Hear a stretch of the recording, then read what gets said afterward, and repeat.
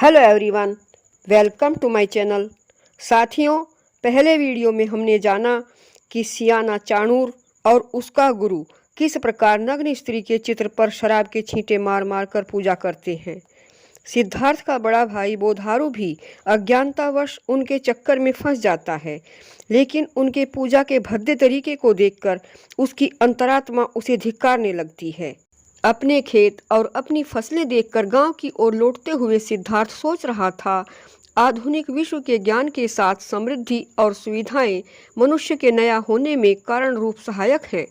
यदि ये तीनों चीज़ें गांव और ग्रामीणों के पास आ जाएं, तो उनकी मानसिक प्रगति उनके ही रूढ़ परंपरागत जीवन के लिए बारूद सिद्ध होंगी और समय आने पर लोग बदलेंगे, गांव बदलेंगे, देश बदलेगा और सबको बदलना ही होगा।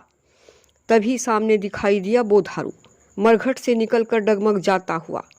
उसका माथा ठनक गया। तेज गति से चलकर जब वह नजदीक आया तो उसे बड़बड़ाता हुआ पाया।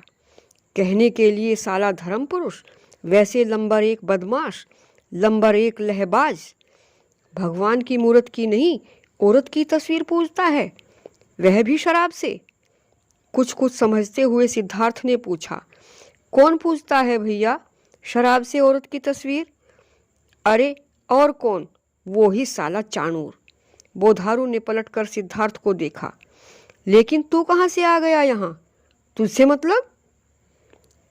मुझसे न सही भैया, चाणूर से तो है। जिज्ञासा शांत करने के लिए सिद्धार्थ ने मनोविज्ञान का सहारा लिया। सुना है साधु किस्म का आदमी है, धर्म कर्म की बहुत शिक्षाएं देता है गांव वालों को। कहते हैं बड़ा आनंद आता है उसके सत्संग में। आप तो जाते ही हैं, कल से मैं भी जाया करूँगा।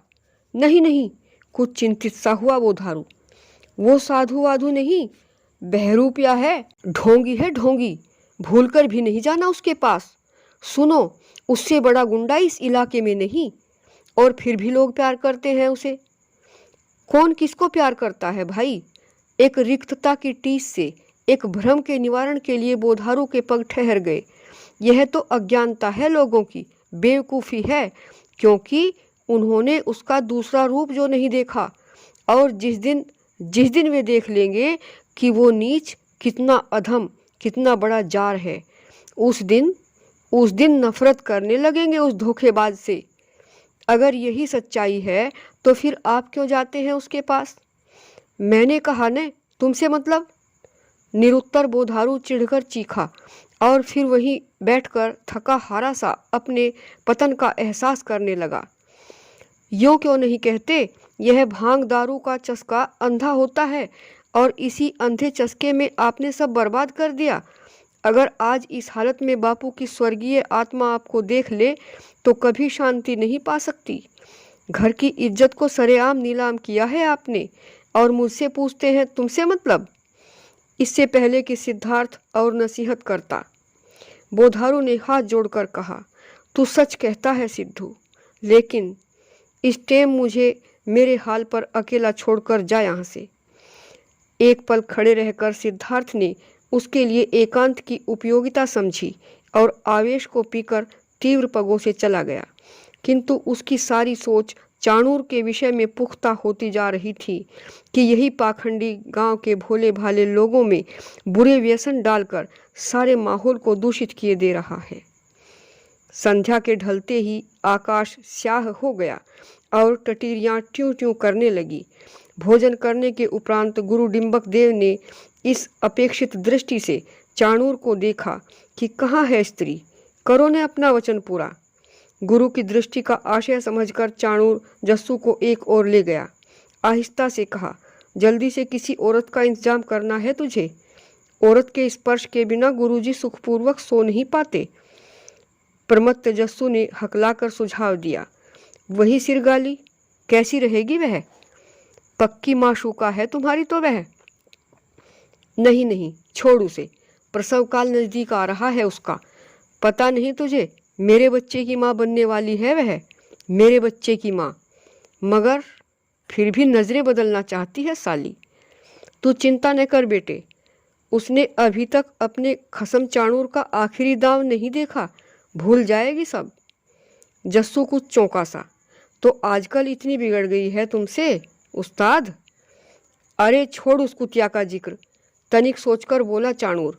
सुन, ऐसा कर चेले, डाल्लू वाले खेमे का घर है ना, उसके घर के पिछवाड़े खुलने वाली खिड़की पर जा खड़ा हो, और जब खेमों की लुगाई अंगूरी आए तो होले से कह दियो कि तुझे याद किया है तेरे यार ने, मतलब हमने, समझा?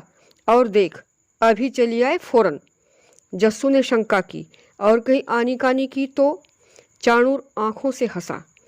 इतनी मजाल नहीं उसकी कि सिर के बल न दौड़ी आए, मगर फिर भी ज़्यादा घिस घिस करे तो इतना और कहता आइयो कि चाणूर के पास रखे अपने उन सबूतों को याद कर ले जो तेरी असमत के वजूहात बने हुए हैं। फिर जस्सू का कंधा पकड़कर अहम से बोला, हम चिड़िया पालते हैं तो उसके पंख कतर कर। और सुन मेरे लाल, आज की रात मेरा भी तन भूखा है, मेरा भी मन प्यासा है। भूख और प्यास मुझे भी लगती है, गाल फुलाए जस्सू ने। मेरे बारे में भी सोचो न। गुरु आनंदित होगा तो शिष्य की तड़प का उद्धार अवश्य होगा, अवश्य होगा।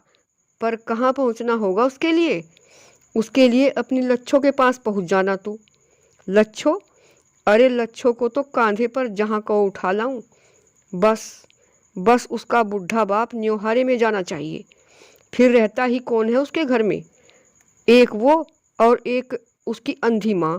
लेकिन उस्ताद, आज अंगूरी का भी नशा चख लेता तो? चख लेता, पर आज नहीं। दो से बुक जो है आज। ठीक है, तुम कहते हो तो फिर कभी। फिर एक हिचकी ली जस्सू ने। अब तुम्हारी बात पूरी करने चलूं? पूरी करूंगा, लेकिन एक शर्त है। बस थोड़ी और पिलानी होगी। हाँ। अरे क्या बात करता है, जितनी चाहे उतनी पीना, फिर पीना और फिर पीना। एक नया घड़ा खोल दूंगा प्यारे तेरे लिए। पर देख, अब जल्दी जा और फटाफट काम बना कर ला। अच्छा अभी लो।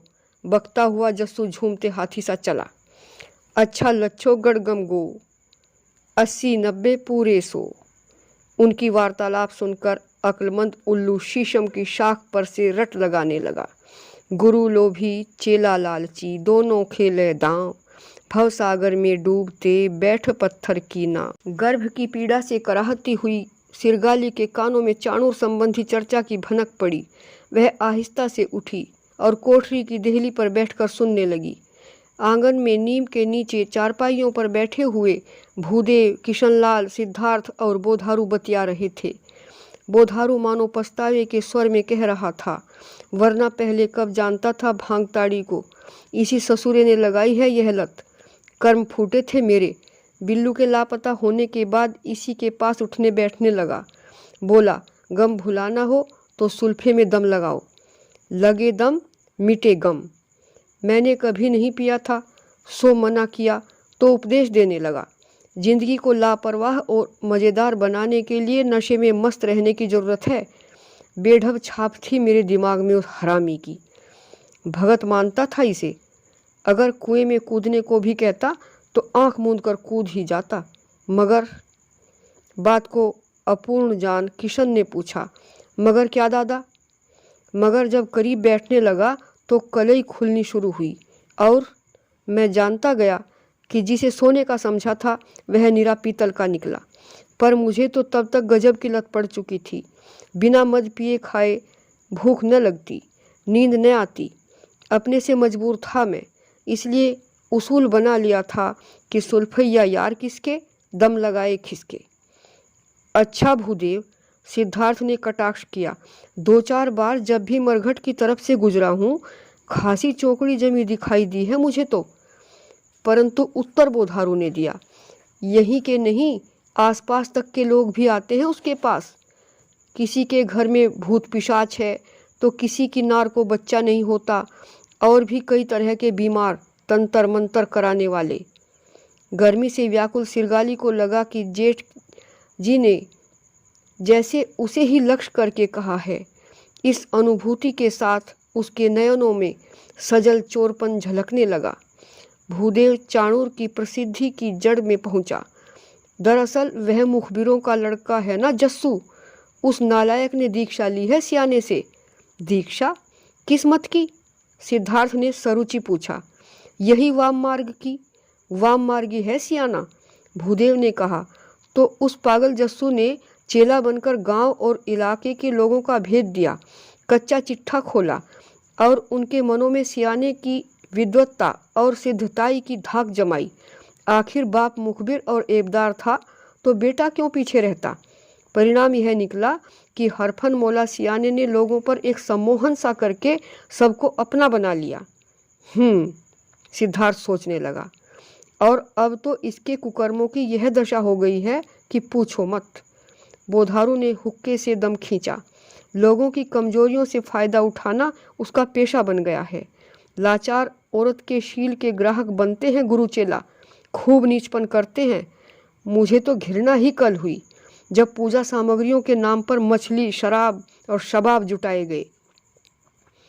तो कल कोई औरत भी थी उसके पास? चकराया सिद्धार्थ।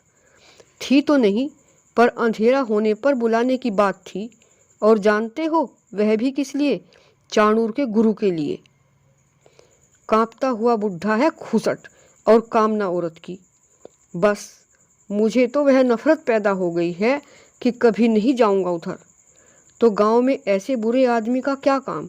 तुरंत कान पकड़कर निकाल देना चाहिए। एक आक्रोश सा जन्मा सिद्धार्थ में। स्थिर सी सिरगाली मन के भीतर बोली, निकाल ही नहीं बल्कि मार देना चाहिए। बोधारू सिद्धार्थ के तिलमिलाते मुख भाव पढ़ने का प्रयास कर रहा था। किशन ने सिद्धार्थ पर तिर्यक दृष्टि डाली। आप सही कहते हैं, क्या काम ऐसे आदमी का गांव में? पर निकालेगा कौन उसे? आप, मैं, तुम और सब। यह धर्म हम सब गांव वालों का है। धर्म? यहाँ धर्म को समझने वाले रहते ही कहाँ हैं? फिर भी किसी तरह सत्साहस करके आपने यह कदम उठाया तो याद रखिए सभी आपके विपरीत खड़े हो जाएंगे, क्योंकि ये मूड उसके अनन्य भक्तों से कम नहीं। नहीं, यह तुम्हारी भूल है किशन। उसके दुष्कृत्यों, उसकी चालबाजियों का पर्दाफाश करेंगे तो हमारी बात को पानी देंगे लोग। पूर्ण विश्वास व्यक्त किया सिद्धार्थ ने।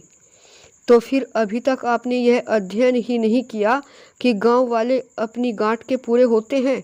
आप सोचते होंगे विद्यालय में भी तो रुचि दिखाई थी इन्होंने, लेकिन इसलिए कि इन्हें बच्चों के स्वर्णिम भविष्य का सपना दिखाया गया था। ग्राम सफाई अभियान में इसलिए श्रमदान किया क्योंकि सबकी गाड़ियों को निकलने बढ़ने में दिक्कत थी। और अब अगर सियाने को निकालने की बात की तो प्रश्न उठेंगे, घर के भूत भूतनी तुम निकालोगे? गाय भैंसों की नज़र तुम झाड़ोगे? औरतों के औलाद पैदा करने का इलाज तुम करोगे? और भी कितनी ही तरह के तंत्र मंत्र हैं, आप करेंगे सब। वह दृष्टि तो सिद्ध है इनकी निगाह में। और आप, एक बात साफ साफ कहूँ भैया, इस तरह की बचकानी कोशिश से अपने प्रति भी आस्था खो बैठोगे। सिद्धार्थ को आया हो या न आया हो, पर सिरगाली को किशन की कायरता पर अवश्य रोष आया।